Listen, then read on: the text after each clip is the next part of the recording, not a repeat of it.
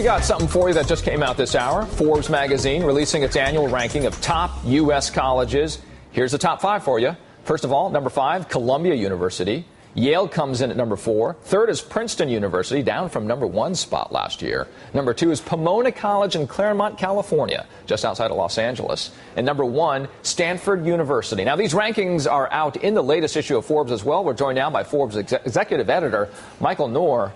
Okay, so, Michael, I think the first thing that comes to mind, Pomona College. Where, what, how? Pomona is an outstanding school located right outside of Los Angeles. It's part of the Claremont college system. I think there are 5 schools in that system. There are 2 top schools on our list this year on the West Coast. Stanford's number 1. That's never happened before. And the first Ivies actually in 3rd place. The Ivies tend not to do as well on our list as they do on U.S. News and World Report. But how Pomona? I'm looking at it as number 2. How did it get there? Because a lot of folks don't know what it is.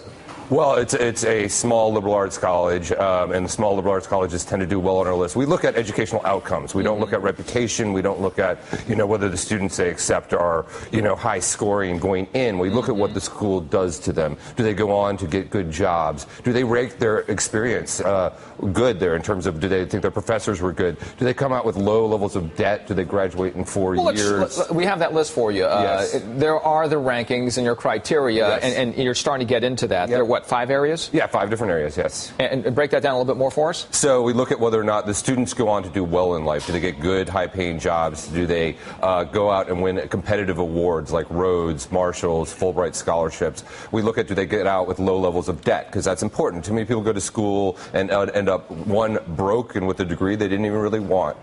We look at whether or not they graduate within 4 years, because that is important. That's that postgraduate success at 37.5%, right? That is salary and other measures of career success. The nationally competitive awards is Fulbright's, Rhodes, etc. Okay, so there are some that want this, colleges, that want to be on the top of that list so much, they start to bend the truth here a little. Oh, they don't bend the truth. They outright lie. We have 4 schools that... Tell it like it is, Michael. They have admitted to lying to the federal government about their SAT scores of their incoming classes, where their kids ranked in their things. And they're doing that. What's interesting, they're doing that purely to boost their performance on these rankings, because these rankings are so important to these schools. Higher rank means, you have better quality students, better alumni giving, all these things. Why are these rankings important? We have so many of them out there. Well, so when you're buying a college education, you're spending a lot of money, maybe $250,000, on something that's very hard to quantify how good it is. I mean, obviously you can get a Harvard-level